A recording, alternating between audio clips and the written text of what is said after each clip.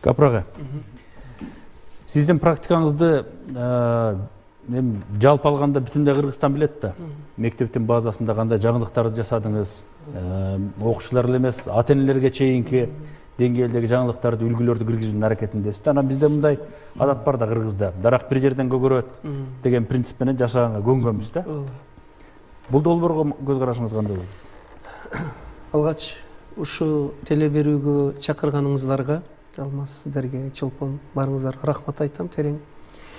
Анан мен ушу Баткенден алыстан келип катышып атканыма ыраазы болуп, анан ошо учурдан пайдаланып, Баткен элини колдогон бүт Кыргызстан элиге, Жети Дубан элиге терең ыраазычылыгымды айтам. Кудай тынчтык, аманчылык берсин, рахмат. Эми мен мына бул долбоорду бүгүн дагы бир жыйында катыштык, өтө жакшы кылып мына чолпондор өткөрдү. Мен ойлоймун, өтө зарыл маселени, зарыл теманы алып чыгышканда көйгөйдү.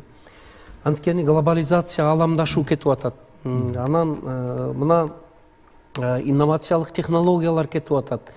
Илгери бир адам бир кесип менен бир өмүр күн өткөргөн болсо, азыр алымдардын маалыматы боюнча бир өмүрдө бир адам кеминде 8-9 кесипти алмаштырышка туура келет экен.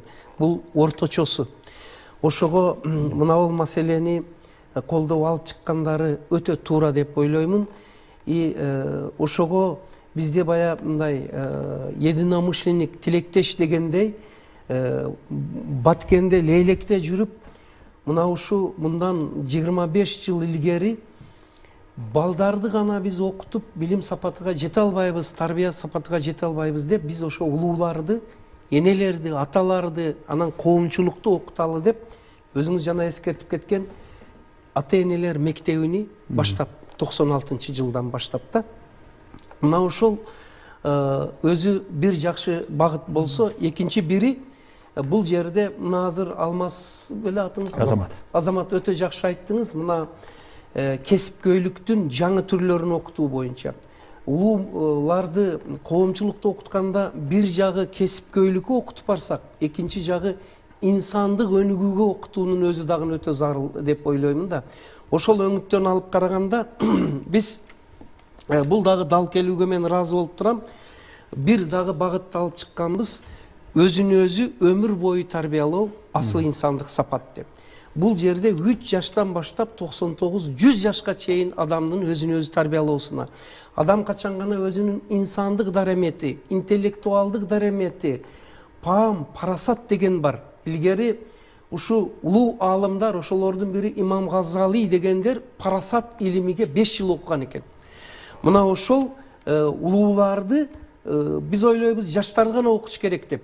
Ошо улуу муунду, улууларды дагы окутуштун 99 жашка, мисалы 50 жаштын өзүнүн окуй турган маселеси бар экен. 60 жаш, 70 жаштыкы.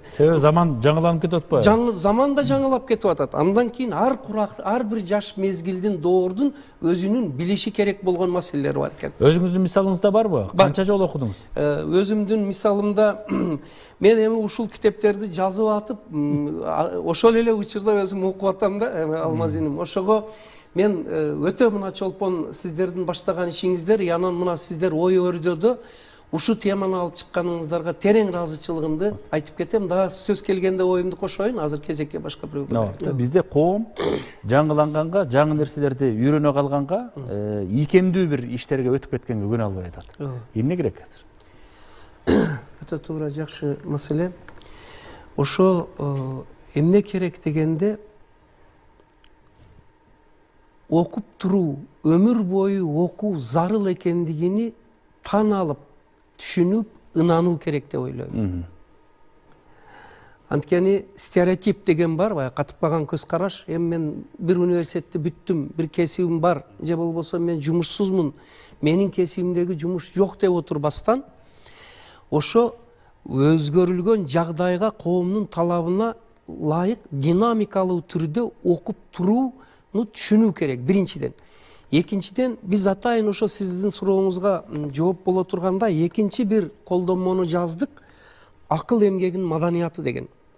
Биздин бир кемтик жагыбыз, бир жагы жанагы өзгөрүлмө коомдо окуп туруу керек экендигини түшүнүп жете албай атсак, экинчиси окуп үйрөнөйүн дегендер окуп үйрөнүүнүн жолун билбей атат.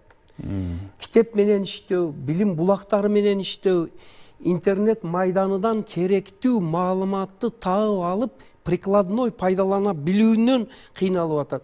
Мына ушуларга окуу, түшүнүү, өзүнү өзү өстүрүү, анан жанагы илим, кесипке ылайык маалыматтарды тандап табып алып, өмүр бою окууга колдонмо боло турган мына ушул колдонмо китепти жаздык.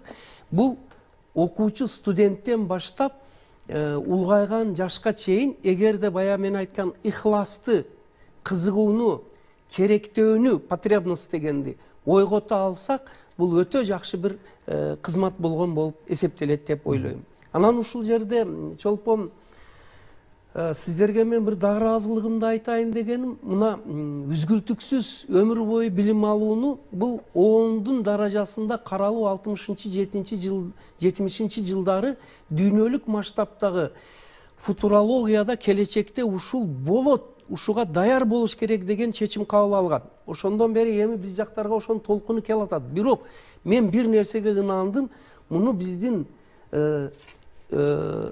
чыгыштын аалымдары, ислам дүйнөсү, иман дүйнөсү эзелтен бар экен. Мындай деген сөз бар экен. Орусча айтып коет, век живи, век учись дейт.